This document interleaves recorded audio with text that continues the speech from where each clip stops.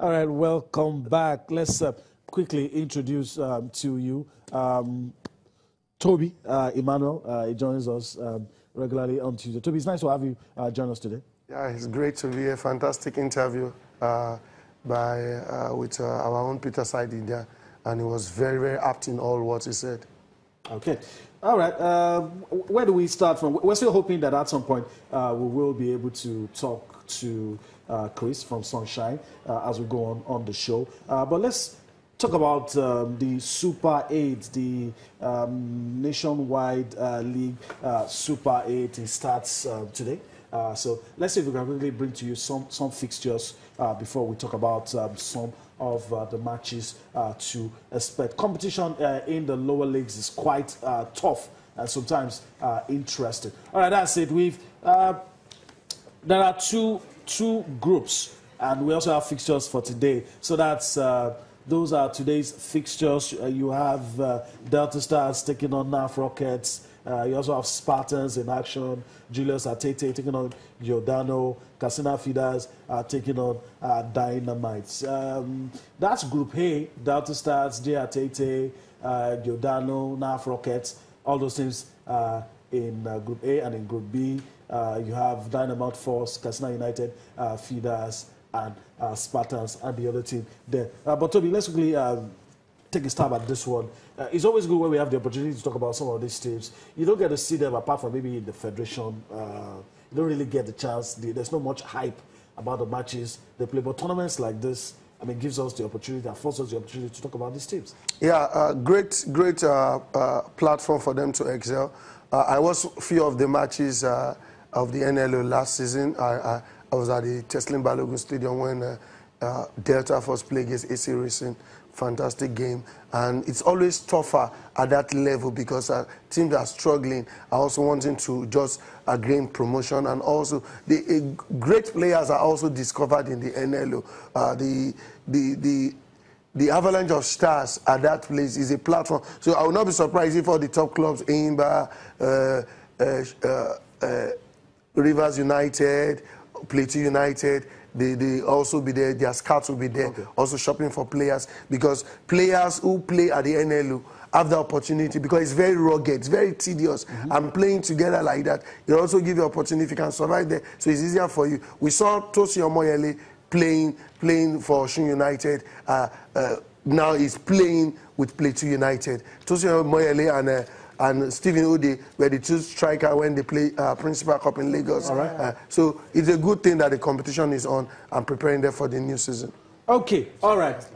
We're going to have that call after all. Okay, Sunshine Stars Media Officer Chris Okunua joins us now. And Chris, it's nice to have you. But let's just go straight into it and leave the pleasantries. Let's talk about Duke Udi. Quickly confirm to us his status at the club. Yeah, Dukuri is our coach. He signed a new contract with us officially yesterday. Though we've had the agreement long before now, there's not been any issue. It was very clear that Dukuri will remain in charge, but everything got normalized and finalized yesterday.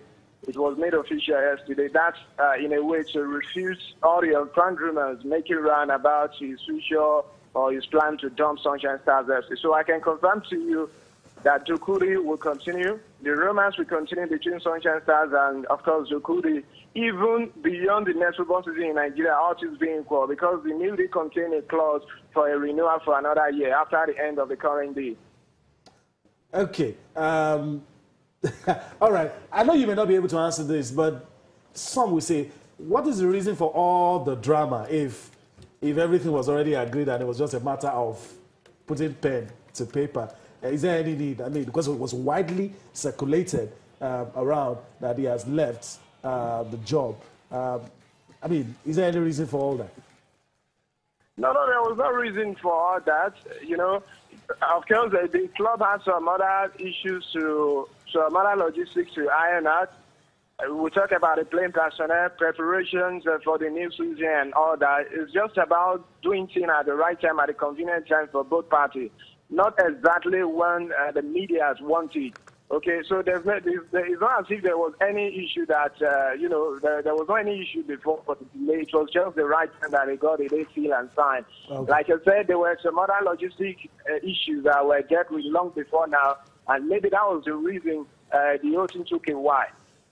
All right. Okay, basically, what are the logistics you're talking about right now? Are we going to be having same thing? Because if you have a coach delaying contract and the news out that he has left, and no news, a day later, his contract was renewed, and of course, with a clause also that it can be extended to another season. What are some of these logistics? Can Sunshine Stars iron it out so that we don't have issues like this again? Well, Cecilia, I really don't get your question clearly, but I want to. What I want to say is that Sunshine Stars FC is a professional club, and the club is always poised to doing things the right way. Sunshine Stars FC, before now, I have no any issue, not with the players and not with the managers. So I didn't get your question clearly. Okay, I'm asking about the logistics that you had that delayed maybe the signing of the contract, where the news came out that he has left. Some of those logistics you just talked about. Can we get to know that? Okay, you're talking about the logistics. Well, you know what? Just weeks ago, we had a new management. You remember we had an interim management long before now, and the interim management had to submit a report to the government, and the new management, a new board was formed. So it took the new board some time to come together to assemble in one place and meet with the coach. Of course, they've been meeting him long before now, but they've not been able to come together and formalize everything the way they ought to formalize it yesterday. So it's not as if it was really a big issue at all. There was no any issue at all. We made it clearly from even last season that Dukuri will remain in charge. And, of course, that is what is happening right now. Yeah, thank you very much, Chris.